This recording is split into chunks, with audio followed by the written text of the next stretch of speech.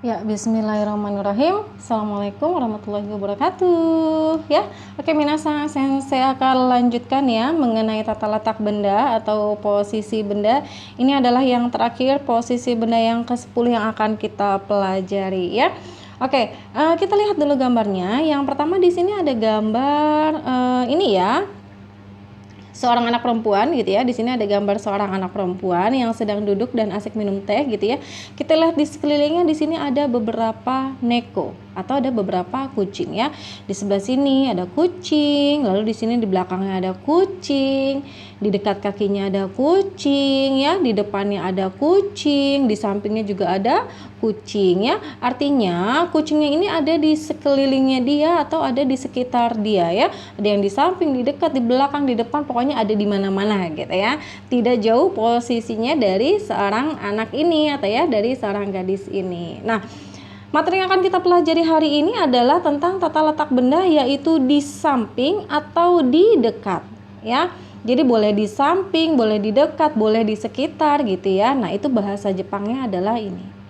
Soba ya, artinya adalah di samping atau di dekat ya. Nah, sekarang kita akan lihat dulu ke pola kalimatnya ya.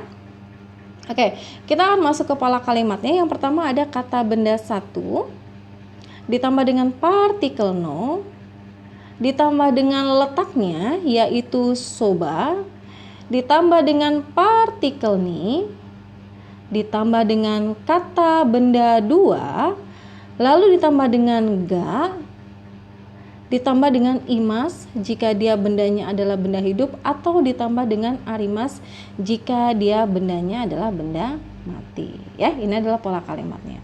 Sekarang kita lihat dulu ya, katanya pola kalimat ini digunakan untuk menunjukkan bahwa di sekitar atau di dekat atau di samping kata benda satu ada kata benda dua ya. Jadi di sekitar kata benda satu ini adalah kata benda satunya, di sekitar kata benda satu atau di samping kata benda satu atau di dekat kata benda satu ada kata benda dua. Kata benda duanya apa? Ya ini ya, si kucing-kucing ini gitu ya. Nah, sekarang kita akan lihat ke contoh kalimatnya ya. Kita lihat contoh kalimatnya. Kita baca dulu. Kiyoshi-san no soba ni neko ga imasu. Kiyoshi-san no soba ni neko ga imasu. Kita terjemahkan dulu satu-satu ya minasang ya. Oke, yang pertama ada Kiyoshi-san. Kiyoshi-san artinya adalah Kiyoshi.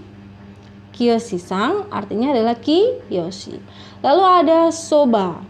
Soba di sini artinya adalah di samping, di dekat, di sekitar gitu bisa ya. Nah, nanti untuk menerjemahkannya tinggal dibikin pasnya pakai terjemahan yang ini gitu ya.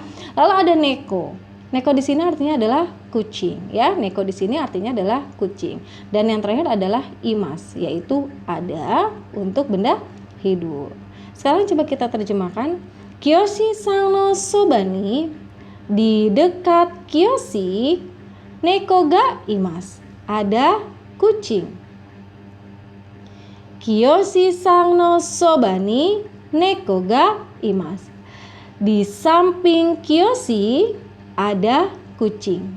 Bisa ya. Jadi soba ini bisa diterjemahkan menjadi di samping, di sekitar, di dekat, boleh ya. Kiyoshi-san no soba ni neko ga imasu ya, di dekat Kiyoshi ada kucing. Nah, sekarang kita akan lihat unsur-unsur kalimatnya. Yang pertama ada Kiyoshi-san. Ya, Kiyoshi-san dia posisinya sebagai kata benda satu. Ya, Kiyoshi-san posisinya sebagai kata benda satu. Lalu yang berikutnya ada no.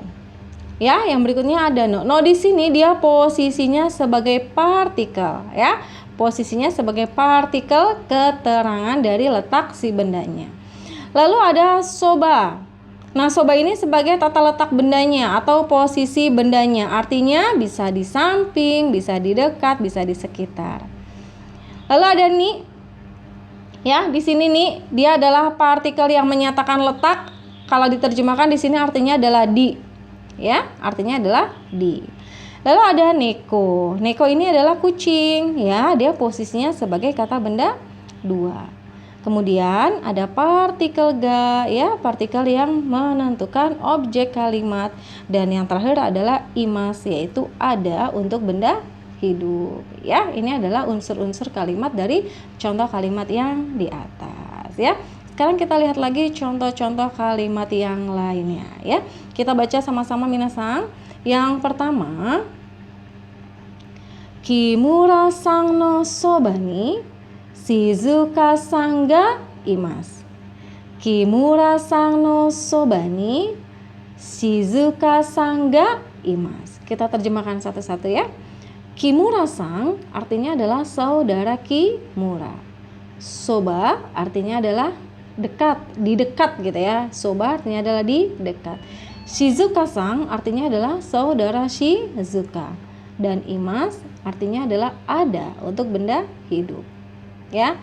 Kimura sang no soba ni, di dekat saudara Kimura, di dekat saudara Kimura, Shizuka sang ga imasu, ada saudara Shizuka, ya.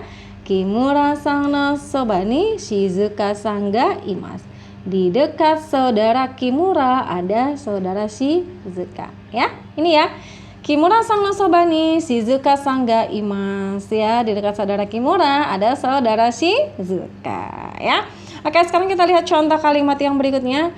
Uchi no soba ni warung ga arimasu, ya. Uchi no soba ni warung ga arimasu. Uchi, uchi artinya adalah rumah, ya. Uchi artinya adalah rumah. Soba artinya adalah di dekat. Warung artinya adalah warung gitu ya. Lalu arimas artinya adalah ada untuk benda mati, ya. Uchi no soba ni, di dekat rumah. Uchi no soba ni, di dekat rumah, warung ga arimas, ada warung, ya. Uchi no soba ni warung ga arimas, di dekat rumah ada warung. Gitu ya minasang, ya. Dan ini adalah contoh kalimat yang terakhir, kita baca dulu sama-sama. Ano hito no soba ni kodomo ga imasu. Ano hito no soba ni kodomo ga imasu. Ano hito artinya adalah orang itu, ya. Ano hito artinya adalah orang itu. Soba artinya adalah di dekat, ya. Soba artinya adalah di dekat. Kodomo artinya adalah anak-anak, ya. Dan imas artinya adalah ada untuk benda hidup, ya.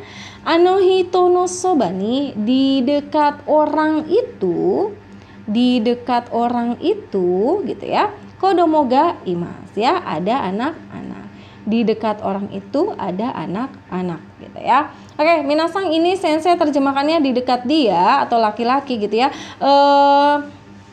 Ini bisa anohitonya bisa diganti menjadi kare gitu ya. Anohito karena kalimat ini dibuat maksudnya adalah untuk memberitahu bahwa orang itu adalah seorang laki-laki. Jadi anohitonya bisa kita ganti dengan kare, boleh, ya. Jadi anohito no soba ni kodomo ga imasu, ya. Di dekat orang itu ada anak-anak.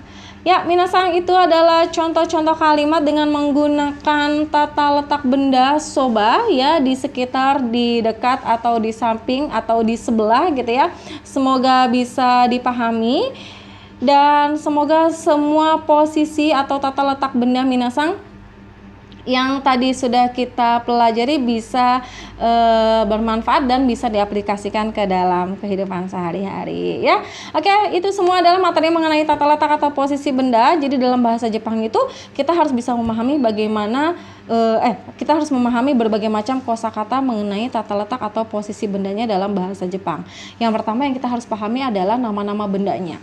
Kita harus bisa membedakan yang mana benda hidup, yang mana benda mati. Lalu kita harus bisa membedakan kalau kita benda hidup kita menggunakan akhiran kata apa. Kalau dia bendanya benda mati, kita harus bisa tahu menggunakan akhiran kata apa. Setelah kita tahu nama-nama bendanya, setelah kita tahu oh ini benda mati, oh ini benda hidup, oh kalau benda mati pakai akhiran ini, oh kalau benda hidup pakai akhiran itu. Lalu kita harus bisa memahami letak benda-benda tersebut ada di mana. Apakah ada di depan, ada di belakang, ada di atas, apakah posisinya ada di sebelah kita, atau posisinya misalnya ada di dalam gitu ya, ada di luar. Nah, itu harus bisa kita pahami, ya. Oke, semoga materi hari ini bermanfaat ya minasang, dan semoga apa yang sensei sampaikan bisa diterima dengan baik, bisa dipahami. Sekali lagi minasang, sensei minta tolong semua materi yang sensei berikan dibaca dengan baik, dipelajari dengan baik pelan-pelan. Lalu kemudian video-video pembelajarannya silakan dilihat gitu ya. Apa yang sensei jelaskan secara detail gitu ya, tolong dipahami dan diputar lagi supaya semakin paham. Nah, kalau ternyata dari materi yang sensei berikan, dari penjelasan yang sensei berikan masih ada yang belum bisa dipahami, minasang boleh langsung bertanya. Ya, silakan langsung bertanya di grup diskusi atau boleh tanya langsung japri sama sensei pun nggak masalah. Yang penting tidak mengurangi semangat dari minasang semua untuk bisa tetap belajar bahasa Jepang. Dan semoga kedepannya kita bisa lebih belajar dengan lebih semangat lagi dan doakan semoga sensei bisa memberikan materi-materi dengan lebih baik lagi. Ya, minasang kokomade desu ya. Sampai di sini dulu ya minasang ya. Insya Allah kita akan ketemu di materi yang berikutnya. Ya, hai kokomade desu. Terima kasih, arigatou gozaimasu. Sayonara.